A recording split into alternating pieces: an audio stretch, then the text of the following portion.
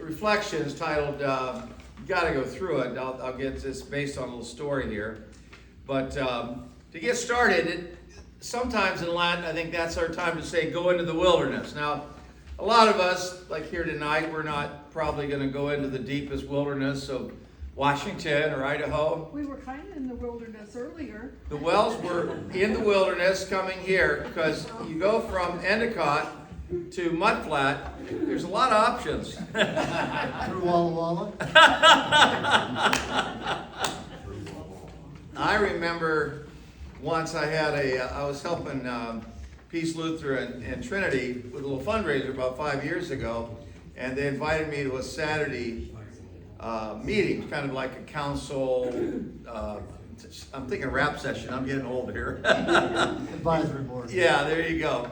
So I'd never been, it was at Boyer Park, and at that time I'd never been there, and I was driving my '04 Corolla, and so my GPS took me in a way that I shouldn't have gone. So when I got out on Highway 26, the GPS, Larry's chuckling back there, but I turned on, what road did I turn on, Larry?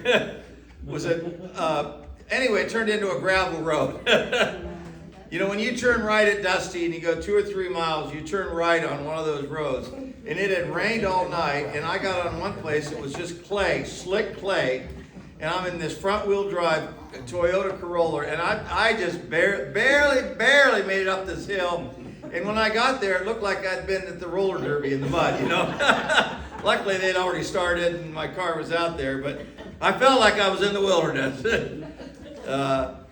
But the wilderness verse in Mark is that once the Spirit led him out into the wilderness, and he was in the wilderness for 40 days, being tempted by Satan. He was with the wild animals, and angels attended him. I know I've mentioned at our little church that Mark really gets into the ministry fast. I mean, things happen quickly, not this long Christian narrative, you know, Luke 2 that we read, the beautiful Christmas. He's in there in action. One of these things I was reading, they said Mark is succinct. I like that word. He's succinct. He gets to the point. In 2 verses, the writer describes all that happened to Jesus for those 40 days. We often get fixated on how Jesus went without food, but notice here how the wilderness part of the experience was also crucial. He had to get into the wilderness. To be alone, to be tested, to be with the wild animals and the angels. Before Jesus could begin his ministry, he needed that wilderness time. Can we not find a way to do the same in our faith? I worked 6 summers at Bible camps, 2 in Ohio, 2 in Michigan, and 2 in California. And especially my first couple years when I was a counselor and I'd have my boys, you know, a lot of them were from the city, I wanted them to have a wilderness experience. And I gave it to them. I mean, I was convinced, I was in Lake Michigan, near the Silver Lake Dunes, if you've ever been in that part of Michigan, that in a warm day that the sand would stay warm. So I said, we do not need sleeping bags. So I had these 7th and 8th grade boys, and so I said, just bury yourself in the sand, we'll be warm all night. I was sure that that was true. About 11:30 or 12, I heard one of the boys saying, you cold? I'm freezing. How about you? I don't want to tell John. Finally said, I'm cold. I'm wrong. Let's go back. And we walked back in the night. But I mean, I'm sure they told that story. These kids were all from Detroit. You know, that was quite a deal. Another time, I had 3 boys. There was Sam. These were all like street guys. Sam, who was Hispanic. And then this one guy, Eric, and another guy. There were like 3 different races. I mean, we were all mixed up. And we got on the White River. Well, it turned out there's a west branch and an east branch. We were on the wrong branch. And it was a 6-day trip. And I don't know if you know what a portage is. That's when you can't go on and you might have one of those. We had, I think, 47 portages to get down there. We were walking more than canoeing. I don't know how we made it, but that was a wilderness experience. I intended to give them that, but, you know, with my bad planning and my youthful exuberance, you know, it didn't work out. Well, Lent, in a sense, spiritually, should kind of be that way. It should be a wilderness. How do we do that? Maybe quiet time, maybe driving from Endicott to here. That'll do it. You know, we'll go over that later here. We'll do some counseling and training. No, just kidding. Oh, my. Traditionally, we know Lent's 40 days, starting with Ash Wednesday and ending with the Easter Vigil, as Roman Catholics say, and many others. And Lent, as far as we know, originated really early on in the early church, not long after Christ's resurrection. So the 40 days is an important number, and we all know that 40 was a pretty big deal. 40, Moses spent 40 days on Mount Sinai, and God gave him the 10 Commandments. That was a 40. The Great Flood lasted 40 days. Moses and the Hebrew people wandered for 40 years in the desert. And I'd never thought of this. I was kind of counting up, Jesus lay in the tomb for 40 hours before his resurrection. Had you heard that one before, the 40 there? We always say 3 days. We're kind of Friday till Sunday. But if you start from when he went in and then he rose at daybreak, I guess, trust me on that. It could be right. It could be wrong. This is not the gospel. That's now you're thinking about that. Is that 40 days? Close enough. No, he rose, we would believe, in the morning, right? And he died when? At noon or 3? Come on, Pastor. 3 o'clock. Was it noon? 3 o'clock. 3 o'clock. That's Was when it the earthquake mountain time? That's when so if you go 3 Friday to 3 Saturday, that's 24. Anyway, that's where, somebody do the math here. Tell me at the end of this. 40 is a big number. And 40 days of Lent also represent the time Jesus spent in the desert before he began his public ministry. I know for ministers in the Lutheran Church, and I think it's probably the same for a lot, we have what we call a year of internship. And sometimes that's in the desert, so to speak. You come in as some churches are desperate and they really work you as an intern. My internship was pretty rugged. My people know this, but most of my friends got internship in like Fargo, North Dakota, or further north in North Dakota, 2 or 3 or 4 point parishes in South Dakota, North Dakota, Minnesota. And I suffered for the Lord. I ended up doing beach ministry in Ventura, California. But I lost a lot of friends. Some guys are still, and because I was the director of a drop-in center, I made a commitment for 2 years to be on the beach of California. And I could have bought a 3-bedroom, 2-bath house then for $35,000. But my annual salary was $4,000. So, it's all in perspective. But that was kind of a wilderness. Seriously, it was nice, but it's the first time I encountered kids seriously on drugs. And I was pretty sheltered in my life. I grew up in a town about twice as big as Colfax, and not much going on. When I hear some of the stories, especially the class of '70 and some of you guys, it was a little wilder around here than it was in my little town, but that can be a wilderness experience. Well, here's a little kid's story. How many of you have heard read the book, We're Going on a Bear Hunt? Anybody, you know that one? So I didn't know that, but I was getting ready for this. So this mom, she recalls when the kids were younger, and they'd get all excited, they're going to read that, and they kind of pressed in next to her. And the books go like this. It says, "Oh no, grass, tall, wavy grass. We can't go over it. We can't go under it." And then the children would come in with loud voices, "We have to go through it." And I thought about that in Lent. You got to go through it. Some people say Lent. We go through this. Sometimes minimal difficulty. Maybe we fast 1 day a week or something, and almost as a week contrition. But Lent was really meant, I think, for us to get to the depths of our souls. But it's hard to do that every year when you do it every year and let it go. But I wonder if that could be a good motto for Lent. We have to go through it. Like Jesus, he did a lot of good things.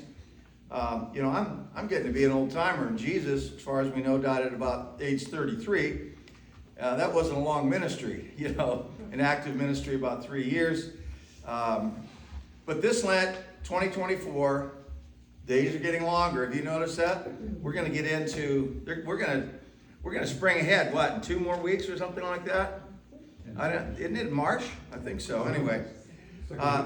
What's that? Second weekend. There you go, second weekend. Thank you, Lord. So Lent teaches us to hold postures of hope in the face of despair. We need to go through it. And in a sense, death doesn't have the final word. So we think of Jesus going to the cross, willingly died on the cross, excruciating death, and then he rose again. But he had to go through it. And just a couple of things that we might do. And I'm always thinking about what do you do? Traditionally, we give things out. Pay attention, somebody wrote. Commit to noticing things you might not normally notice when you're maybe at the grocery store, when you're lost between Endicott and here. I can't get you. It just comes to that. I don't know. Just sorry. But I've tried to do that. When I went on this bike trip, when I was 62, before I came here, I kind of did that for a year and a half. My goal was every day to say something about God and make people laugh and give them something to think about. And I did that. It's not that hard. Whether I did any good or not, only God knows. But it was at least I had a little bit of a mission there. But you might go through the day and maybe see something new in your husband, your wife, see something new in your neighbor. Just one little thing. Sit with a story, Bible story, another story, and kind of go through it. Some people say they like to meditate on one story maybe for a whole week. Just pick one you like. Pick out, one of the parables of Jesus. Pick out something from the Psalms. Just something a little bit different, just an idea. Connect with others. Maybe find one new person in Lent to connect with. Even in small rural areas, there are, some people we maybe don't really connect with, but every once in a while I'll see somebody that I've seen and just like something happened. We had something in common. And it's like connect. When I had my radio show for 15 years, it was called Connections. And at the end, we'd always say, and make a connection. And every once in a while, when you make a connection with somebody with God, I do that at the pool tournament. There's other reasons I go to the pool tournament, but but it's a good place to connect with people I may not see in church. Give ourselves grace. Now, as former Methodist, La Crosse Community Church, Baptist, Lutheran, Janine has 2 or 3 or 4 of those in her. Yeah, she's got them all. But this person said, Lent is not about achieving or doing, but more about resting in God.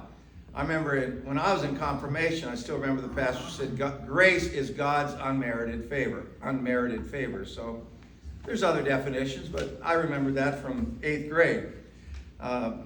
Remember, we're not alone. Some people feel lonely, and maybe you, or maybe you know somebody, and so, but to remember, even if we feel lonely, or if we are alone, we're not alone. We can go through it together or with God. I'll pick on Roger and Peggy there. They went on a little adventure down south, and Peggy was saying today that the first part of the adventure was they went through the snow, and it was pretty adventuresome. She said to Roger, "Is a really good driver." But when you go on a trip, it is an adventure. I mean, typically, he's laughing at something. What are you telling him, Lauren? Oh, boy. And I know you guys on your motorbike trip made a connection, didn't you, with a lot of people. And that, I keep forgetting your dog's name. How many times have you told me? Yogi. They took this, how many pounds? 80-pound dog. And these guys are evangelists. And Yogi and Jesus there was a connection there, wasn't there? They came to see Yogi first. Yeah, Yogi was first. No, I understand that. I had a little bit of that with Scotty, but Scotty the dog is no longer here. But yeah, but that's a way to make a connection. And then I read about this the other day, and as we get older, I know it's easier for me to get tired. But even when I was in great shape and I was on a bike trip, sometimes when I'm on a big mountain, I would forget to breathe deeply. And I'd been to South America and back, and about 5 years after that, I had a guy teach me how to do mountains, and I'd already been in the Andes.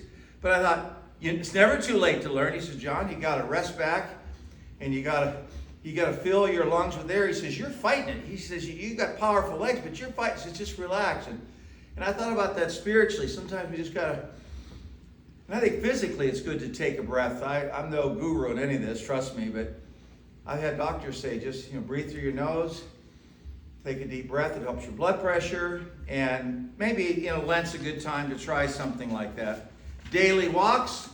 How many people do a little bit of something every day? I try. And How many of you kind of wish you did more, you know? In the winter, I bring my bike inside and ride. I have a little trainer, but a little walk makes a difference, however far. Now, Linda, you're probably not going to do 10 miles, but but getting out, just like today, you came in, and any little bit helps. And this one lady says she likes to light a candle. Now, we have candles there tonight, but I've done that a few times, and I'm alone over here, and I'll just light a candle, so I'm just going to look at that candle. Now, like all of you, I've spent quite a bit of time around campfires, and some of you have to go back to your childhood, some of you do that regularly, but what's more mesmerizing than a little fire? I mean, come on. That's true. And it's just, you can just let go, and you can mimic that with a candle or something, but any way to, I think doing some things a little bit different we got to get through it. So finally, just we can't go over it in the kids' book. We can't go under it, but we got to go through it. So let's go through Lent with grace and joy and make a connection. All right. With that, we're going to sing.